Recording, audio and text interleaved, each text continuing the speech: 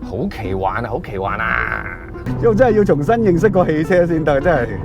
哇，有啲起雞皮添，呢個車揸到我，哇，有心跳，有心跳，有心跳。哇！俾我試一次，唔得啊！你俾我試一次。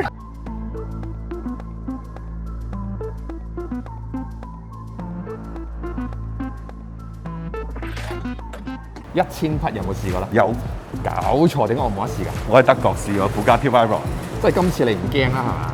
驚啊！上大山喎，今日。喂，我唔係好驚喎，我驚1000萬啫喎，700幾萬車加埋 option， 1000幾萬喎。咦係喎，1000匹加1000萬，香港真係未試過喎。係咪你第一次試1000萬嘅車？人生第一次。我人生中第一次試1000匹嘅車， Okay. 大家一齊去感受下。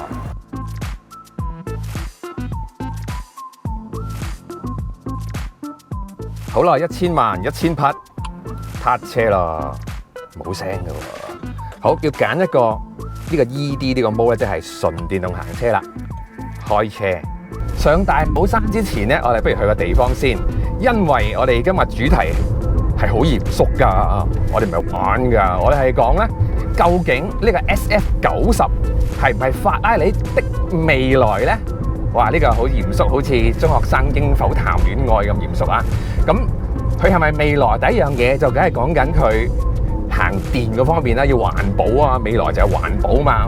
咁所以就諗一條路啦，就係我哋由法拉利維修中心出發，跟住咧就行去人工島。咁嗰條路咧大概係23 km 左右啦。咁法拉利一架車咧行純電模式咧，理論上佢充滿電的話咧，可以行到大概25公里嘅。咁所以如果佢可以完全唔着引擎，俾我入到去人工島咧，我當佢贏啦。啱出車咧，嗱車速唔係好高啦，而家行緊50-60左右啦，法定車速嚟嘅。咁就我發覺佢嗰個胎噪都會幾多下喎。我諗條胎仲真係闊啦，佢唔會用慳油胎噶嘛。好多電動車就話佢要慳到盡量慳油胎啫，但係呢架係唔會噶嘛。塞車嘅時候，不如我講下呢架車嘅電動嗰一 part 嚟。佢咧係破咗法拉利一啲紀錄嘅。第一樣嘢就係可以電動行車，即係而家咁樣啦。LaFerrari 點樣咧？LaFerrari就係有電，但係佢就唔可以純電行車嘅。第二樣破紀錄咧就係佢係頭驅，唔使驚，佢唔係平時頭驅，佢係而家純電模式，佢係淨係用前邊嗰2個摩打去行車，咁所以佢而家係頭驅車嚟㗎。係啦，冇錯，個頭軸咧係有2個摩打嘅，而個背脊咧係嚿電，電後邊咧有引擎，引擎後邊咧又係有個摩打，所以3個摩打㗎。佢前面有2個嘅好處咧，就係可以做一個扭力嘅轉換啦，即係一個轆可以大啲力，一個轆可以細啲力，咁咧就令到佢轉向嗰時就勁啲咯。如果講起呢個純電模式嘅能耐極速有幾多咧？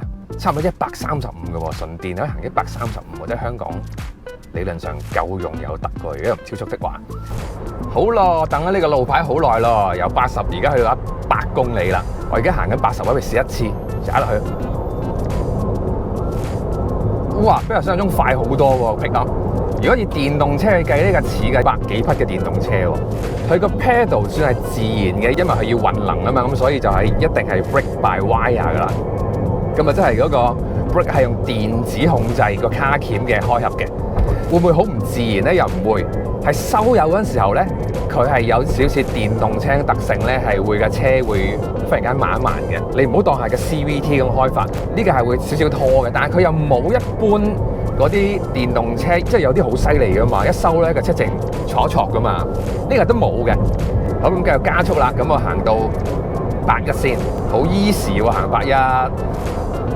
例如我揸架 Porsche 嘅 Cayenne 或者 Panamera 咧，佢個 pick up 係冇咁快嘅，同埋咧架 Panamera 或者 Cayenne 嘅 SE Hybrid 咧，佢有個阻力位嘅，咁嗰個位咧就係你一踩深嗰個位就會引擎會着㗎，但係呢架係唔會嘅喎，你踩到好深咧，嗱好深咧，最深咯，而家有門係，咁佢都係引擎冇着到㗎，佢哋堅持用電㗎，呢種堅持我中意嘅，因為真係慳咗啊嘛。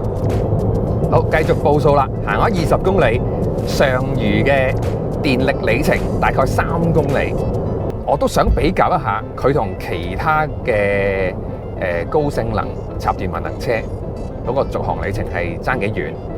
咁但係官方數字比較唔到嘅，因為呢架係用新制式啊嘛 ，WLTP 嘛，其他啲咧就用翻舊制嘅，咁就所以就唔能夠直接去比較。但係我如果冇記錯咧，哎呀，佢污我喎，就引擎着翻咯，咁啊總共行咗22.5公里，咁就俾個理論值係爭2點幾嘅啫，咁算我收貨啦，爭2點幾的話。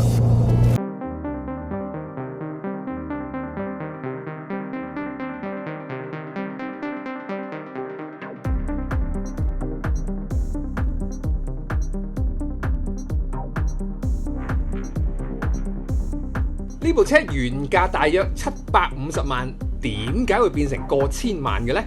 莫非我上網買嘅時候撳多咗兩下？因為加咗一個 Assetto Fiorano Package 嘅補品，動力冇變，但係吸收咗地球好多嘅碳，包括咗碳纖維嘅座椅、頭唇、頭尾冚、尾擾流同埋輪圈都係碳嚟嘅。後面嘅透明尾玻璃就由輕量嘅物料取代，吸震筒係鋁做嘅。再配合埋鈦合金嘅彈簧，再講幾樣 SF90 有趣嘅發明咧。升降嘅尾翼好常見，但係佢喺有需要更加多下壓力嘅時候，葉片唔係向上升，而係向下降㗎。另外，原裝嘅輪圈設計好似抽氣扇咁樣，可以將車底嘅空氣抽走，以增加成架車嘅下壓力。頭先我係試咗摩打同埋個電啦，一陣間係上大帽山試1000匹㗎啦喎。在此之前，我哋就不如講咗個引擎有啲咩變先。睇起上嚟咧，好似冇乜大變動係嘛？3.9公升，但係挖大咗就變咗4公升。但係如果大家睇真啲，就發覺咧原來好多嘢都係唔同咗嘅。最大個分別咧就係個盤頂咧係改晒嘅，連個火嘴位、進氣位、排氣位，去到咧個 turbo 同埋細到個 wastegate 嘅形狀同埋個 program 咧都係執咗嘅，咁所以其實就係一個大變啦。雖然好似頭先你所講啦，嚟自 F8 嘅引擎，但係所有嘅改動其實為咗兩件事，我覺得一就係為咗個重心要好低，第二就係為咗要配合電嗰個輸出嘅特性，另外就係佢將嗰啲平時擠喺上邊或者擠喺下邊嘅嘢咧，好多都擠咗喺側邊嘅，打橫擠喎，打橫擠啊，所以就越拍越扁啦。唔單止係咁。搞咗咁多嘢，其實呢副引擎嘅重量咧係比 F8 仲輕咗25公斤，真係得人驚嘅。另外值得講嘅就係佢個波箱啦，8速嘅 DCT Double Clutch， 其實咧就 Roma 都用緊嘅，但係咧呢副嘅8速咧又同佢有啲唔同。首先佢輕過 Roma 嗰個波箱10公斤先啦，第二就係佢冇後波嘅，個後波喺邊度咧？就係喺頭轆個摩打度做，所以你褪緊車、泊緊車嘅時候，其實係頭轆嘅拉力嚟嘅。咁可能就係因為佢冇咗後波，所以又輕咗啦。正確啦。咁所以咧夾埋晒成套嘢，引擎780匹，再加埋個電3個摩打夾埋，最多可以輸出220匹，條數啱街上嚟齊頭1000匹啦。哦，嗰個專登整，我都覺得係專登。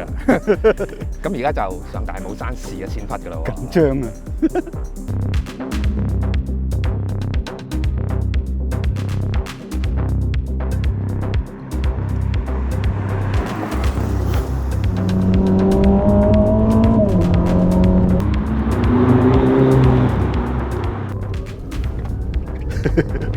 太空船升空啊！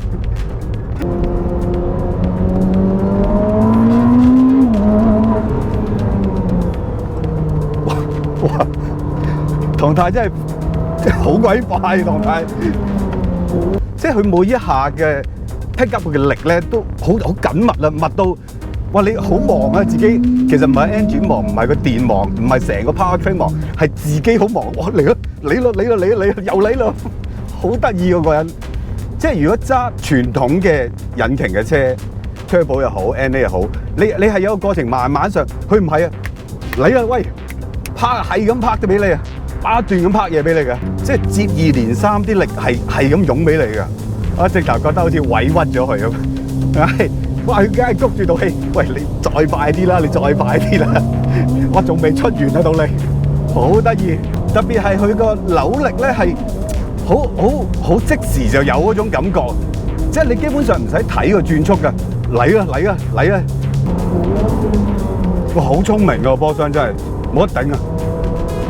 哇！點可能咁短時間內用咁嘅速度出嚟？因為真係要重新認識個汽車先得，真係有啲起雞皮添。呢個車揸到我。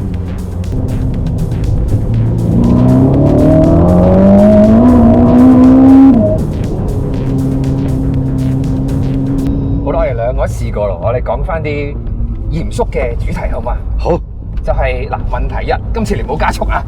嗱，問題一，我想報復喎，但係問題一就係嗱，呢一架車係有大概2成嘅動力係電啦，8成左右就係個引擎啦。咁你揸落去嘅話，呢架車係個感覺上感覺係真係2成電車加埋8成嘅傳統引擎車嘅感覺咧？我唔會咁覺得喎。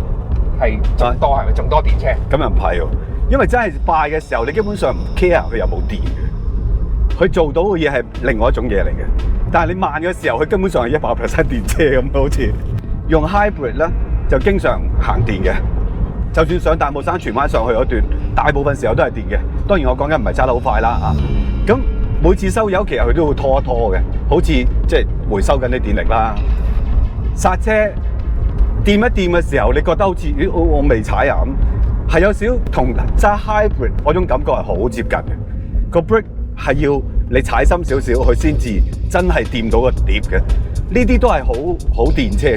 當然仲有嘅就係啲聲好啲聲電咯，嗰啲咧。佢每次着引擎同埋熄引擎都係 remind 大家嗱，引擎着㗎，熄咗之後就嗱電動車嚟㗎。係啊，不過個過程轉折唔係好突兀嘅，但係你聽到咯，你聽到咯。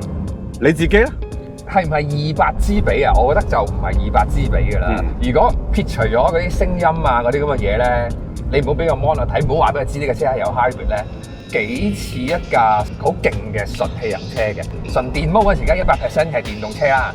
即係頭先我起步入去人工島嘅時候，咁就好明顯電動車嘅感覺嚟嘅。但係只要行 performance， 即係經常着住引擎嘅咧，我覺得真係90%嘅感覺真係似一架汽油車咯。有啲咩時間係有個破綻嘅咧？就係幾時啊？都冇乜時間有破綻。係奇怪就係點解我咁低轉，我2000轉嗰時候踩上去，佢都即刻有種力湧出嚟嘅咯。2000轉即使拉起2000轉係冇，即係 turbo 嚟講係都唔係好爆噶嘛。係，佢係可以2000轉爆嘅喎。係，咁所以我覺得呢一個有啲蠱惑。個蠱惑我就會估佢係咪一架電動車咯。好啦，跟住我問你一個問題，就係呢架似唔似一架好四驅嘅車先？揸得出嚟嘅，揸得出嚟嘅，因為個頭轆用咗電摩打去扯，係真係扯住你入彎嘅。咁扯都係好冇可能嗰個彎佢都係可以入。係啊，其實你要適應我呢種揸法添，因為特別係上緊車嘅時候，你知大山上緊車，其實中置引擎車壓得好厚噶嘛，重心。個軚你扭入去嘅時候，其實你應該感覺到佢係有少少虛虛地嘅。如果真係篤得好大油，但係呢架唔係，哇係咁咬住你入去嘅喎，同埋響都冇響喎，真係一啲都冇響喎。即係好似頭先好多個彎，開頭我都用啲保守啲嘅揸法，但係到後尾我真係用4波去過都得㗎。其實都係扯住出嘅個彎。加上頭先你所講，我啲電俾到個力，其實你唔使 care 佢係咪電啦，總之無時無刻都有力俾你嘅，仲要係好大力。好，咁唔好講佢勁唔勁啦。四驅就係勁過二驅嘅啦，理論上。你 buy 唔 buy 一個拉力係四驅先？如果係呢一種我都 OK 嘅，即係呢一種係 performance 式嘅四驅，而唔係嗰種話叫你行下雪地啦，行下濕地啦，我唔係嗰種嚟嘅。起碼我哋今日喺呢度試出嚟嘅就係。我都幾中意咁嘅四驅咯。我自己就另一個睇法啦，少少。佢都係好勁嘅，好開心嘅。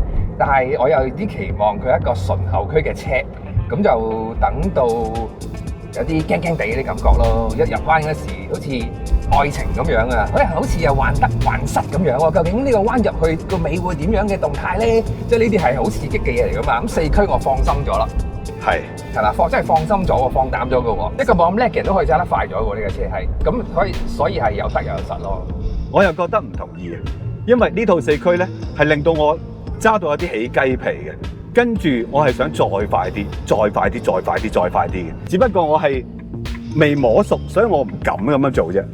好啦，最後一個問題就去翻我哋成條片嘅核心，就係呢一架車係唔係法拉利一個光明嘅未來，定係一個黑暗嘅未來咧？我覺得係光明嘅，因為佢將個 spectrum 再拉闊咗。拉里雖然係好矜貴嘅車，但係理論上係應該日日用嘅車嚟嘅。而家佢多咗電之後咧，如果我係擁有緊呢架車嘅人，我係會願意成日揸嘅，因為佢喺電嘅 mode 嘅時候 ，hybrid 又好，即係純電又好，好 pleasant，即係好似一種電車嘅感覺。而呢種感覺係令人覺得輕輕鬆鬆嘅，唔係好戰鬥嘅。但係我轉翻做 performance 嘅時候，哇！佢爆到不得了嘅。你諗下 spectrum 係去到極左至到極右，我好中意啊！如果係咁樣，你自己咧？我覺得呢一個係一個好光明嘅未來嚟嘅。個原因亦都有啲似你所講法，佢就係成個闊度會拉闊咗，刺激性又提高咗，舒適性又提高咗。係，但係我要強調咧，呢一個嘅 spectrum 拉闊咧，係每一代嘅八氣缸拉力都係做緊呢一樣嘢嘅。係，即係我由458開始揸啦，咁其實每一代呢個舒適性咧，每一次坐上去，哇！點解好似又舒服過上一代咁樣嘅？個 performance 又高過上一代咁樣嘅，即係其實 spectrum 已經係不停喺度去努力咁加闊㗎啦，唔會淨係偏向於揸快嗰邊嘅。咁但係佢有咗電之後咧，好似更加得心應手地做到兩樣嘢咁樣咯。係，咁所以我覺得呢個未來係正嘅，但係我驚一樣嘅就係佢會取消個轉速錶㗎。呢架車根本唔使轉速錶嘅。係喎，頭先我一啲都冇睇過轉速錶喎。係咯，我哋又唔使轉波，唔使轉速錶。係咯，好似 Rolls-Royce 咁樣，你嘅車有力㗎嘛，有力㗎嘛，使乜嘢睇轉速錶啫？我希望拉你就以後唔好同我整走轉速錶去啊，要留翻喺度，就係咁樣啦。失敗咗，你行唔到佢添。不如數下呢部車嘅缺點咧。我未試過純電動行車嘅時候會有咁多嘅噪音嘅，除咗地鐵之外，主要係胎噪，你聽下。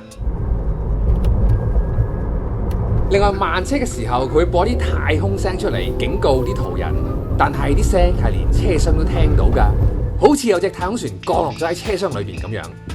另外，全架車唯一嘅行李箱一早被頭續兩個摩打 book 咗位啦，所以唔係淨好多空位嘅啫。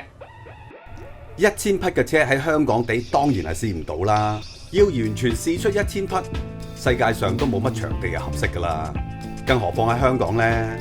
有人話，既然都用唔到1000匹，有鬼用咩？咁嘅論點其實係有啲膚淺嘅。一副好嘅1000匹動力系統，就算你只係用到當中嘅200匹，同你揸一部只有200匹嘅車，喺提取呢200匹嘅過程裏邊，1000匹嘅車同200匹嘅車喺個過程、時間同個鬆容度都係唔同嘅。同樣嘅道理，一部1000匹嘅車，你只係用當中嘅200匹去過一個彎，同一部200匹嘅車，你用盡200匹去過呢個彎，無論係車架、懸掛、制動，根本係完完全全唔同嘅層次嚟嘅。老實講，200匹嘅車用盡200匹去過彎，你咪真係好似跳崖咁嘅感覺咯，等同自殺㗎咋。超級跑車嘅精髓，往往唔係你用得盡佢嘅馬力嘅時候先感覺得到嘅。背後嘅工藝同力量，就算喺香港咁嘅馬路速度，同一般車都係有天淵之別嘅。喺上大帽山之前，不過做一樣每個人都想做嘅嘢嚟。1000匹咯，係未必有1000匹嘅。究竟定點起步會點嘅咧？我問你一個問題：呢個車定點 performance 盡有起步？答案 A， 佢係勁過一架 Taycan Turbo S， 再加埋勁過 Model 3 performance， 定係 B 冇咁勁咧？我覺得係 A， 我覺得係 A， 我覺得係 A。